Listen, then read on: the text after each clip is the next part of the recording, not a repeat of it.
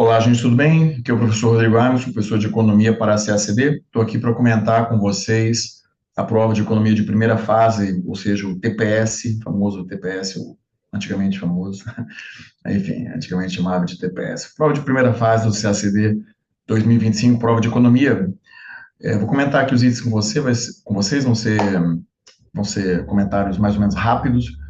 Se vocês tiverem qualquer dúvida que eu não tenha respondido aqui, vocês podem me mandar mensagem. Eu vou comentar aqui os itens que eu acho que podem ser passivos de recurso e vou comentar basicamente o porquê do gabarito de cada item aqui, ou o que eu presumo ser a lógica da banca, tá? Então, eu estou aqui com um caderno de provas. Eu vou passar item por item aqui, começando com a questão 189, esses 4 itens aqui que foram sobre indicadores de liquidez, solvência externa, e para vocês julgarem os itens como certo ou errado. Então, na prova que eu tenho em mãos aqui, o item 189 era o seguinte: a relação entre dívida externa de curto prazo, reservas internacionais, mede a capacidade de um país de liquidar sua dívida externa rapidamente. Essa questão, na minha opinião, está errada. Vamos lá, primeiro lugar, a relação entre dívida externa de curto prazo e reservas internacionais é um indicador de liquidez. Tá? Então, os indicadores de liquidez são indicadores de curto prazo, os indicadores de solvência são indicadores de médio e longo prazo. Por que essa questão está errada? Porque o verbo liquidar, né? Liquidar significa pagar a dívida, extinguir a dívida. Né? Então, aqui a gente, principalmente com o indicador de curto prazo, não estamos falando de você pagar a sua dívida externa no total. É só você continuar honrando seus compromissos no curto prazo. Então, o termo liquidar, aí eu acho que eles talvez estivessem tentando enganar o candidato o conceito de indicador de liquidez com liquidar, mas as palavras aqui nesse caso têm conceitos diferentes. Então, como eu sempre digo para os alunos, o TPS é uma prova de leitura, tá? Então, cuidado com o sentido das palavras. Essa questão, na minha opinião, está errada, tá? Próximo item. Quanto maior for a relação da dívida externa e o produto interno de um país, maior será seu risco de inadimplência. Bom, a relação dívida externa, PIB, é um indicador de solvência, ou seja, é um indicador de médio e longo prazo. E, nesse sentido, a questão está correta. Quanto maior for essa relação, maior será o risco de inadimplência do país. Então, essa questão está errada. Né? Ele pode vir a não conseguir pagar a sua dívida, não conseguir honrar seus compromissos, se tornar inadimplente. A razão, próximo item aqui, a razão entre o serviço da dívida externa e as exportações mede a parcela das receitas de exportação utilizada para cobrir o pagamento do principal, exceto juros, de maneira que um elevado índice não significa maior risco de superendividamento. Errado, de novo não, perdão, agora outro indicador de solvência, mas a razão entre o serviço da dívida externa e as exportações é um indicador de solvência, também um indicador de médio e longo prazo. E, obviamente, uma maior razão entre dívida externa e exportações significa maior risco de superendividamento, maior risco de o país não honrar com seus compromissos no médio e no longo prazo, tá? Então, essa questão, na minha opinião, também está errada. Próxima questão, quanto mais baixa a proporção na relação entre dívida externa e exportações, ou seja, quanto menor for aquela relação, maior a vulnerabilidade do país. Não, seria menor a vulnerabilidade do país, certo? Pois a flutuação da receita na exportação indica dificuldades em cumprir as obrigações de dívida externa. Não, então seria menor a vulnerabilidade. Quanto mais, na verdade, para o item se tornar correto, nós teremos que mudar. Seria quanto mais alta a proporção na relação da dívida externa e exportações, certo? Então, teve um errinho basicamente de direção aí da seta, né, da relação estabelecida pela banca aí. Essa questão eu achei que ela fosse relativamente fácil, assim, porque, obviamente, se for mais baixa a proporção, menor será a vulnerabilidade do país, certo? Os outros itens ali, eu acho que são itens relativamente simples, tá? Mas vocês tinham que ter alguma familiaridade com esses indicadores de solvência e de liquidez. Aliás, temas que eu trabalhei amplamente aí em aula, inclusive no primeiro simulado do meu curso discursivo, que está online lá no Hotmart, que foi taxa de câmbio, política e política fiscal. Foi uma aula bem ampla, eu cobri exatamente esses itens aí que apareceram no TPS e está lá no curso extensivo, na aula, se eu não me engano, se eu não me engano, foi uma aula sobre câmbio também. Eu estou tentando lembrar, porque, enfim, a divisão das aulas são diferentes, são muitas aulas que eu gravo, né? Mas, enfim, está lá no curso teórico também, o curso extensivo.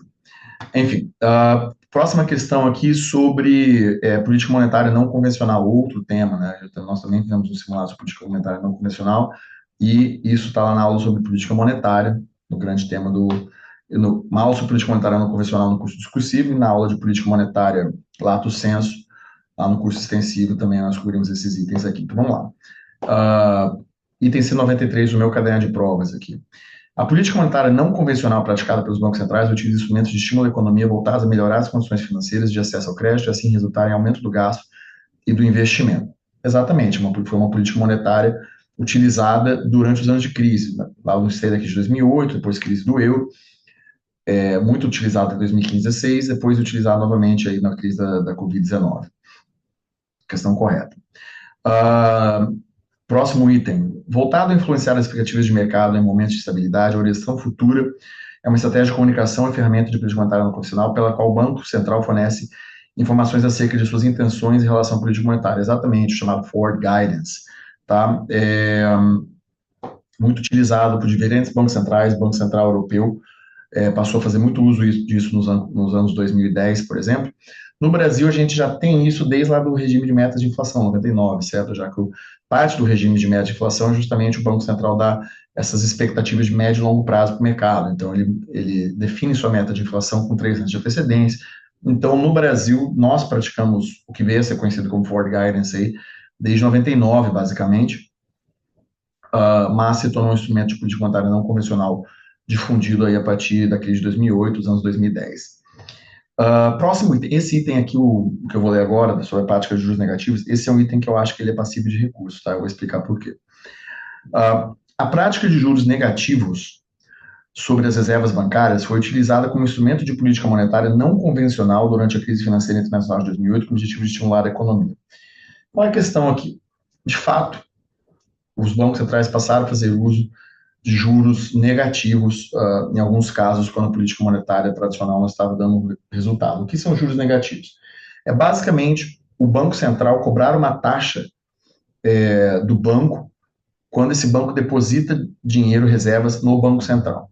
Então, se o banco optar por manter reservas suas no Banco Central, ele teria que pagar uma taxa para o Banco Central. Ou seja, na verdade, o Banco Central está estimulando os bancos a manterem seu dinheiro em caixa. Então, se o banco mantiver seu dinheiro em caixa, ele basicamente não recebe essa cobrança do Banco Central, ou seja, ele está economizando dinheiro.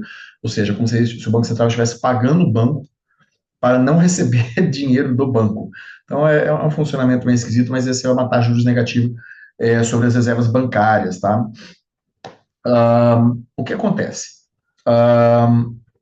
Essa foi uma prática adotada principalmente a partir de 2012. Então, a questão que diz na crise financeira internacional de 2008. O problema é que a gente, no mundo real, digamos assim, a gente trata tudo como uma crise só, né? Então, não foi utilizado em 2008, foi utilizado a partir de 2012. Mas a crise começa em 2008, nos Estados Unidos, ela vai se espalhando, e ela vira uma crise enorme na zona do euro a partir de 2011, 2012. Então, assim, eu acho essa questão problemática. Na minha opinião, tá? Já que a gente tende a considerar ler a prova, como eu sempre digo para os alunos, com os olhos relaxados. Assim. Na minha opinião, essa questão correta. Só que se o gabarito vier errado, eu entendo que ele está errado, porque tem uma questão cronológica aí. Minha opinião, é uma questão para recurso, tá? Se vier com o gabarito errado, você fala, olha só, é tudo uma crise só, a gente acha literatura aí para embasar isso. Se ele vier como certo, e você marcou errado, você aponte a questão cronológica aí. Na minha opinião, essa é uma questão para ser conceitualmente, tá? Este item está correto. Conceitualmente está correto, porque, de novo, o mundo debate essa crise como uma crise só. Essa crise começa em 2008, 2009, vai se espalhando, tanto é que ela chega fortemente no Brasil também, em 2011, 2012, na América Latina, 2011, 2012, resulta na grande crise do euro em 2014. Então, é tudo um fenômeno só, né? No mundo real, ninguém trata como crises diferentes, tá? Então, na minha opinião, conceitualmente, esse item está correto, apesar dele ter essa questão de cronologia aí. Vamos ver o que o gabarito oficial diz, tá? E a 196 no meu caderno diz o seguinte: São operações de mercado aberto com o objetivo de aumentar, perdão, quantitative easing, são operações de mercado aberto com o objetivo de aumentar a taxa de juros a fim de alinhar as expectativas de mercado e assim evitar o aumento da inflação a longo prazo. Essa questão está bem errada. Quantitative easing é basicamente o Banco Central comprar os títulos que estão em reserva nos bancos. Então, os bancos que têm títulos com o governo, o governo central vai lá, o Banco Central vai lá e compra esses títulos do banco, ou seja, ele está injetando dinheiro nos bancos e retira aqueles títulos de poder do banco. Então, ele está botando liquidez, está dando dinheiro para os bancos comprarem, perdão, para os bancos emprestarem. Como que o Banco Central faz isso? Ele basicamente imprime moeda. Então, ele imprime moeda, imprime moeda, imprime moeda, ele pega aquele dinheiro que ele imprimiu e compra títulos do banco, ou seja, é o jeito que ele dá esse dinheiro na mão dos bancos. Isso é chamado de quantitative easing porque ele está aumentando a liquidez dos bancos, ou seja, ele está melhorando o balanço de ativos dos bancos. Por isso que é o quantitative easing, porque em termos de balanço de ativos, ele tem o banco está ganhando dinheiro, ou seja, é por isso que é um easy, né? Então a relação dívida, ativos e passivos melhora, por isso que é um quantitative easing, para vocês entenderem de onde vem o termo técnico. Mas é basicamente o Banco Central imprimir dinheiro e botar dinheiro na mão dos bancos, comprando os títulos que estão na mão dos bancos, tá? Então, não tem a ver com olhar expectativas de mercado, quer dizer, é liquidez, obviamente isso cria expectativas, mas não tem nada a ver com aumentar a taxa de juros, evitar o aumento da inflação, que seria uma política monetária restritiva, é o contrário, é uma política monetária altamente expansiva nesse caso, tá? Então, questão errada. Agora, a questão sobre taxa de câmbio, essa aqui foi uma questão relativamente simples, tá? Os itens aqui relativamente simples, na minha opinião. Então, em regime de câmbio fixo, essa questão 197 no meu caderno. Em um regime de câmbio fixo, que estabelece uma taxa de câmbio específica para uma moeda em relação a outra, é indispensável para a condução da política cambial avaliar o volume de reservas internacionais adequado. Verdade. Então, para você manter uma taxa de câmbio fixa, o Banco Central ele tem que fazer uso, o Banco Central, o governo, vai depender da instituição do governo, né? Mas, lato sensu, o governo tem que fazer uso das suas reservas para manter a taxa de câmbio na paridade, certo? Então, houve pressão do mercado para que a taxa de câmbio suba, né? Então, por uma desvalorização da moeda nacional, ele tem que ir lá e botar dólares no mercado para, né, você baixar o preço do dólar no mercado e voltar para a taxa de câmbio fixa, que é a meta. Enfim, e o movimento contrário também, né? Ele faz o movimento oposto, quando você tem uma valorização da taxa de câmbio nacional, ele vai lá e compra dólares para encarecer o dólar. Então, o governo faz isso usando suas reservas internacionais. Então, questão correta, tá?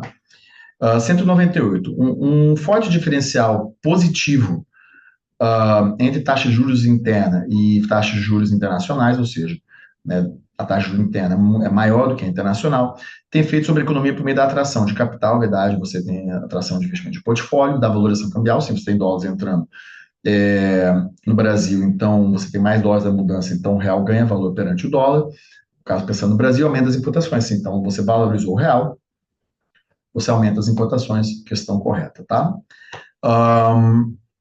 199, aqui no meu caderno, a condução da política cambial em regime de câmbio flutuante ou administrado não tem impacto no dia a dia do cidadão comum. Não, claro que tem, né? Porque se o dólar está oscilando, né? Então vamos pegar aqui no final do ano passado, né?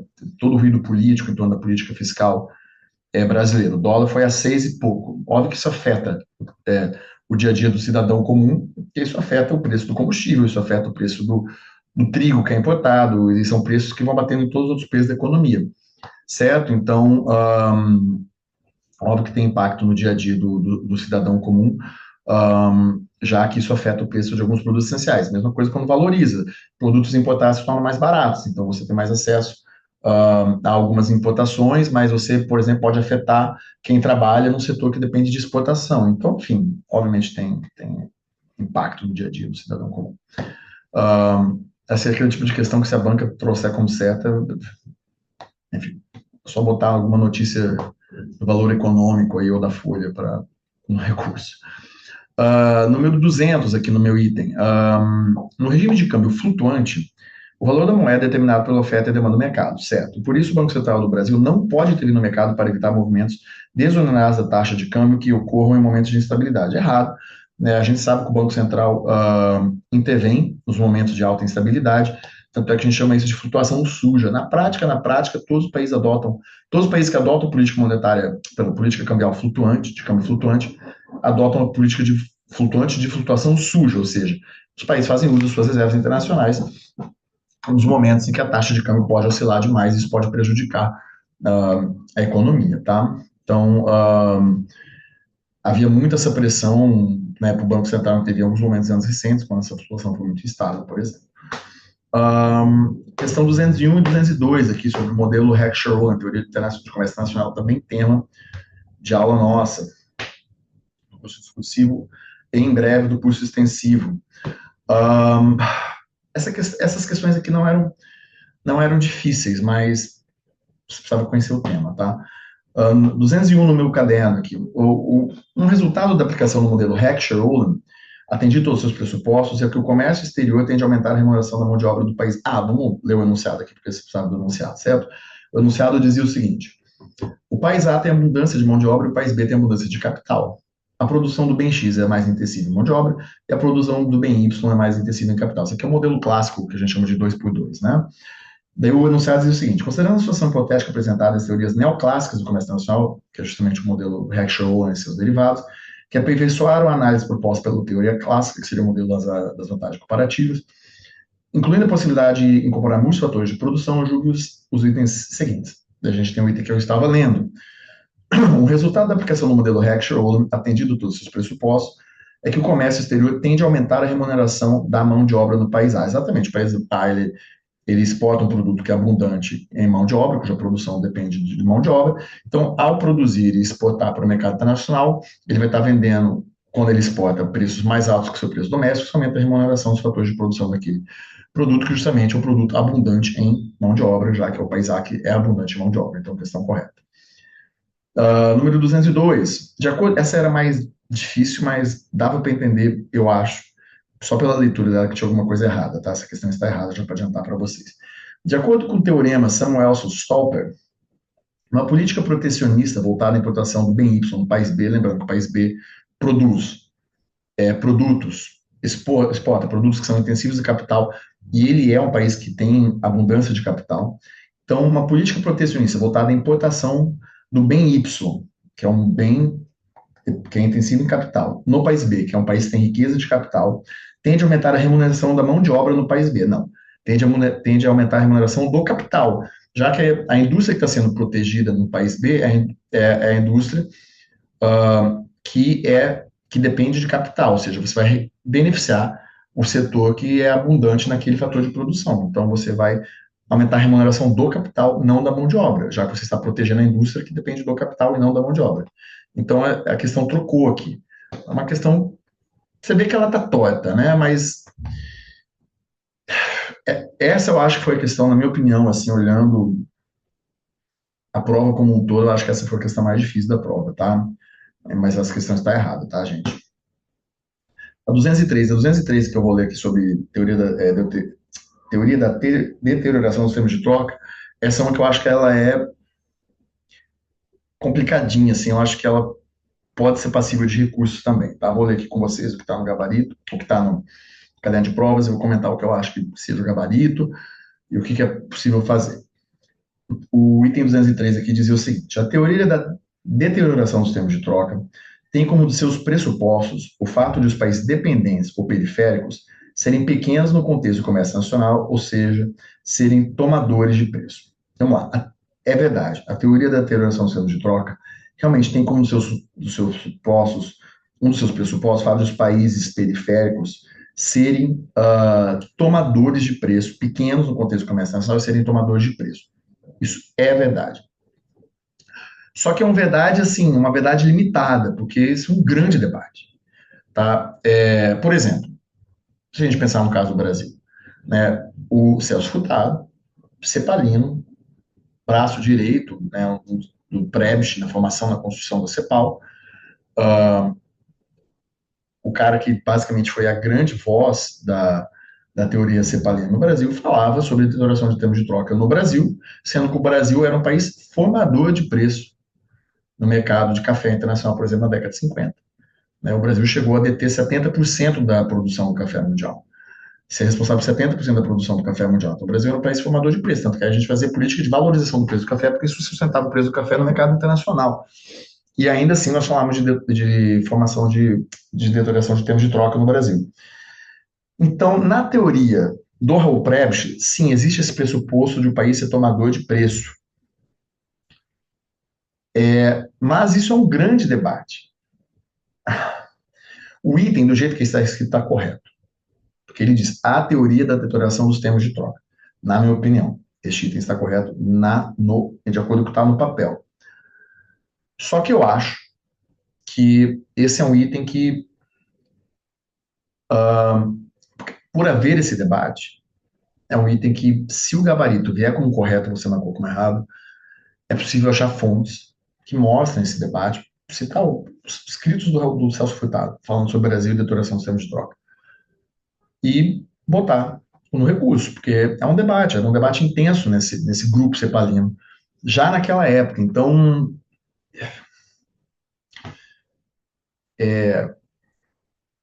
enfim, vocês entenderam. Eu acho que é um item que dá para brigar aí se você errou. 204. A deterioração do sistema de troca descrita na hipótese Prebisch-Singer tem relação direta com a inelasticidade do preço da demanda dos produtos primários vendidos pelos países periféricos. Exatamente. Né? Então, qual é o argumento? Esses produtos são inelásticos a preço, ou seja, não adianta você ganhar produtividade, né, e você fazer o preço diminuir, você aumentar a quantidade de exportação, porque os, os compradores não vão comprar mais porque o preço desceu, porque eles são inelásticos a preço. E eles também têm uma baixa elasticidade renda da demanda. Então, se o comprador ganha mais dinheiro, fica mais... A gente viu o computador parou a gravação inicial, então eu vou continuar aqui na parte B aqui da nossa do comentário, que eu vou chamar isso aí, essa parte do vídeo de parte B do comentário da prova aqui.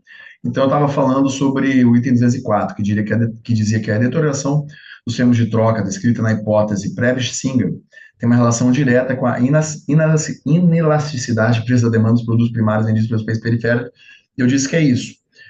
Tem sim essa relação direta, porque eles diziam que esses produtos são inelásticos em termos de preço, então não adianta você ganhar produtividade e fazer o seu preço ser melhor, mais baixo, que isso significa que os produtores vão comprar mais, isso significa, na verdade, que você vai ter um menor rendimento na venda daquele produto, e além disso, eles eram inelásticos em termos de elasticidade e preço da demanda. Então, não adianta nada, pela elasticidade e renda da demanda. Então, não adianta nada o comprador ganhar dinheiro e ficar mais rico, isso não significa que ele vai consumir mais o seu produto também. Então, essa era uma das razões porque a teoria estruturalista cepalina defende, na verdade, que os países se industrializem, para que eles passem a explorar produtos que não sofram dessas características que são, no longo prazo, prejudiciais aí para o desenvolvimento. Questão 205, tá? Agora, sobre regimes cambiais. Questão relativamente fácil também. No regime de bandas cambiais, ou seja, quando você tem um teto, um piso, ou um teto para cima, um piso para baixo, quando a taxa de câmbio se aproxima do limite da desvalorização da moeda nacional, ou seja, quando o dólar está se valorizando perante a moeda nacional, ou seja, quando ele passa, perdão, o dólar está se valorizando, certo? Então, então a moeda nacional está se valorizando. Então ela vai, por exemplo, 5,50, ela vai a 5,70, vai a 5,90, R$ 6. Tem uma desvalorização da taxa de câmbio nacional. A autoridade monetária deve ingressar no mercado comprando divisas. Não, ela precisa fazer o valor do dólar descer, certo? Então ela precisa vender divisas, ela precisa pôr dólares no mercado, tá? Então pense na oferta e na demanda de dólares aí. Quando o preço do dólar está subindo, né, ou seja, está aumentando a taxa de câmbio, tem escassez de dólares, ela precisa vender dólares, então botar dólares no mercado para fazer essa taxa de câmbio baixar, tá? E não atravessar a banda. Então, essa questão está errada. Número 206, política comercial. É esperado que tanto a imposição de cotas de importação abaixo do equilíbrio do livre mercado, quanto a imposição de tarifas de importação, tenham efeito de reduzir a quantidade demandada de importações. Sim, questão simples, certo? Então, você acaba aumentando o preço do produto, já que você impôs tarifas ou você impôs uma cota, né, porque você aumentou a escassez daquele produto no mercado nacional, se você puser cotas, por exemplo. Então, você acaba aumentando o preço daquele produto, que reduz a quantidade demandada de importações. Questão correta. 207. A imposição a determinados países de normas técnicas distintas das internacionais não configurará barreira comercial se o objetivo das normas impostas for o aumento da segurança do usuário do produto. Essa questão está errada, porque se as normas forem distintas das internacionais, isso pode ser caracterizado como barreira não tarifária, tá? Isso, por exemplo, pode gerar uma ação na OMC, ainda que a OMC hoje esteja bastante paralisada, como nós sabemos, tá? Mas sim, se elas são normas distintas das internacionais, caracteriza-se como barreira não tarifária. Sobre a economia cafeeira, os próximos dois itens aqui. A pauta de produção industrial no fim do século XIX era focada basicamente nas máquinas voltadas ao cultivo do café, que era a principal atividade econômica do período. Não, gente, o Brasil, apesar de já ter indústria no final do século XIX, era indústria de bens não duráveis, tá? Basicamente têxteis e alimentos processados e alguns poucos alimentos. Na época, né, a indústria da alimentícia era muito menos de alimentos processados. Então, bens não duráveis, tá? O Brasil só vai produzir máquinas, ou seja, bem de capital mesmo na indústria, a partir da década de 60, e bastante, na verdade, a partir só do PND, tá? Do segundo PND. Então, década de 1970, tá? Então, o processo de industrialização nacional, ele vai até a década de 50, até o plano de metas, basicamente voltado para a indústria de bens não duráveis, com algumas poucas exceções, como a CSN, tá? Número 209 aqui. Uma das consequências da Primeira Guerra Mundial foi o avanço da indústria brasileira de processamento de alimentos por causa da redução da oferta externa desse produto. Exatamente. Então, durante a Primeira Guerra Mundial, para vocês terem uma ideia, entre 1915 e 1918, 19, a indústria cresceu 20 e tantos por cento. Foi um crescimento bem avançado, principalmente na área têxtil e na de alimentos processados, justamente, processamento de alimentos, tá? Aliás, a Primeira Guerra é parte do processo, uma parte importante do processo que vai gerando a industrialização brasileira, que começa a se acelerar bastante também já na década de 20, e daí o processo se inicia de vez, ou avança de vez, a partir da década de 30, com o governo Vargas e né, a adoção de da política de industrialização por substituição de importações que nós conhecemos, o famoso keynesianismo vanalétrico do Vargas, e o processo de industrialização nacional começando a avançar ali. Próximas questões justamente sobre substituição de importações, industrialização por substituição de importações, 210 e 211. A primeira fase do processo de industrialização por substituição de importações concentrou-se na produção de bens de capital, que permitiu na fase seguinte a produção de bens de consumo não duráveis. Acabei de comentar isso, não começou com os bens não duráveis. No plano de metas, o foco passa a ser os bens duráveis, e bens de capital só a partir da década de 60 e principalmente a partir do segundo PND, tá?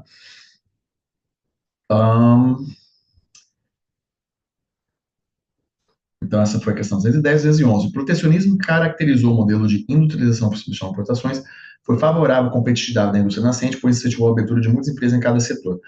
Não, justamente uma das críticas ao modelo de ISI, como se chama, inclusive está escrito aqui na questão, é esse não incentivo à competitividade, já que você faz indústrias que são protegidas, e já que são poucas indústrias que são protegidas, você acaba gerando um setor altamente oligopolizado, ou seja, você tem pouca competitividade, porque você também tem poucas indústrias. Você tem poucas indústrias competindo, aquelas indústrias que recebem todo o apoio do governo, você forma setores que são extremamente oligopolizados, ou seja, com poucas empresas em cada setor e setores de e empresas de baixa competitividade, que aliás caracteriza muito a economia brasileira até hoje em vários setores. E você vê, por exemplo, no setor bancário, nós temos 3, 4 grandes bancos, setor por exemplo, construção, nós temos poucas grandes empreiteiras. A grande questão da economia brasileira em parte, a baixa competitividade, o que resulta até hoje esse modelo de industrialização altamente fechado e oligopolizado. Respeito do plano de metas, já falamos do plano de metas, mas voltando aqui mais plano de metas, a maior parte dos recursos nacionais que financiaram o plano de metas originaram do poder público, União, estados e de entidades públicas. Não, o plano de metas foi um plano muito baseado em endividamento externo. Então, o Brasil foi buscar essa liquidez no exterior. Tá? Houve, sim, muita impressão de moeda, então, foi um plano baseado numa política fiscal altamente expansiva, mas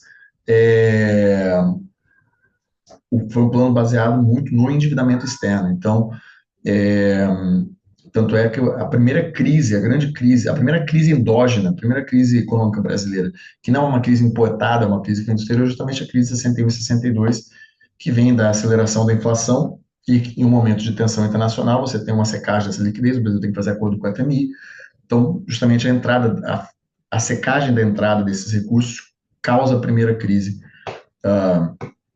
de origem fundamentalmente brasileira, que é a crise de 61 e 62. 213, a questão 213, como resultado principalmente do plano de metas, no período de 52 a 61, entre os setores industriais, o de bens de consumo, o de bens não duráveis recuou, ao passo que o de bens duráveis aumentou. Essa questão está certa. Obviamente que essa é uma questão que também poderia ser passível de recurso, na minha opinião, mas eu acho que dá para entender pela redação da questão que ele está falando em termos proporcionais, certo? Então, como proporção da indústria, você tem um grande avanço da indústria de bens duráveis, o que ajuda justamente o foco do plano de metas, e uma queda proporcional dos bens não duráveis, tá? Eu imagino que esse gabarito, portanto, venha como correto. Isso aqui é passível, isso aqui está em qualquer livro sobre história econômica brasileira que você pegar. Só que o item, de fato, não deixou claro que era proporcionalmente, tá? Então você pode, eu acho que é um item que cabe um recurso aí. E, finalmente, a última questão da prova de economia, uma questão bem simples. O segundo PND foi financiado quase que totalmente com recursos públicos oriundos de receitas tributárias de investimentos de empresas estatais, não tendo sido utilizados recursos externos. Não, o segundo PND é famoso por ter utilizado como fonte de liquidez a reciclagem de petrodólares, certo? Então, as empresas estatais, por serem empresas estatais e ter o governo como seu fiador, basicamente, foram buscar esse recurso no exterior, a juros variáveis, o que vai resultar lá, vai ser um dos fatores que resulta na crise da dívida externa da década de 80, e as empresas nacionais conseguiam recurso através do BNDES, na época BNDE ainda, que vinha de uma política fiscal bastante expansiva por parte do governo, tá? E política monetária também de crédito. Havia tensões ali, havia uma tentativa de fazer uma política monetária mais restritiva, fiscal mais restritiva, mas o crédito para a indústria aumentava bastante.